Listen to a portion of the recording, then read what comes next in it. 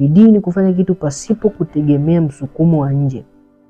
Yani wewe mwenyewe unakuwa una utashi au una hamasa ya kufanya jambo.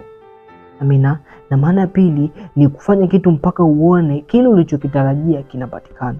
Kama unachokitarajia hakijapatikana, basi hauwezi ukaacha kufanya lile jambo.